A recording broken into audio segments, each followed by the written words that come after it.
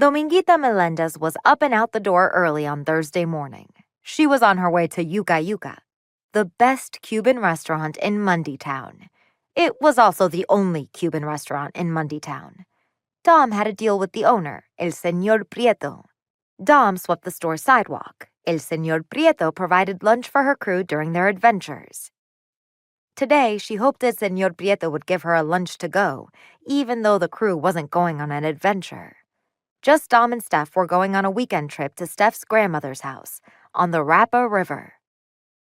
"It might be the last good food I get till we get back," she told El Señor Prieto. "You think? Pancho tells me that Steph's grandmother makes great chocolate chip cookies."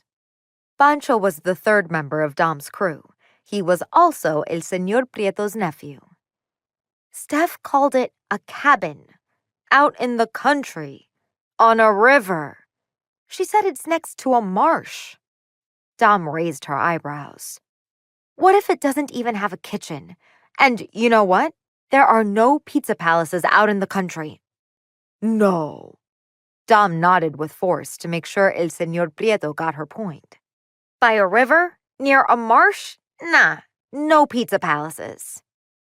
El Señor Prieto shrugged. He picked out a plate of figure-8 pastries shining with syrup, buñuelos, Dom's and Pancho's favorite food. As if by magic, Pancho stepped out of the restaurant's kitchen. "I wish I could go with you." Pancho reached for one of his uncle's delicious pastries along with a napkin.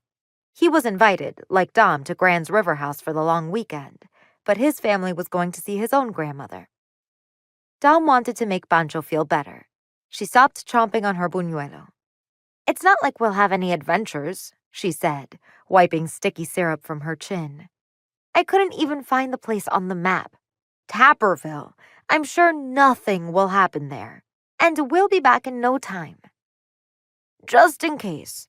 Pancho handed her a piece of paper with his mother's number. "Call me if something happens. I want to be in on the planning and figuring things out. I want to be part of it all, even if I'm not there." "I'll call you if we get into trouble," she told Pancho.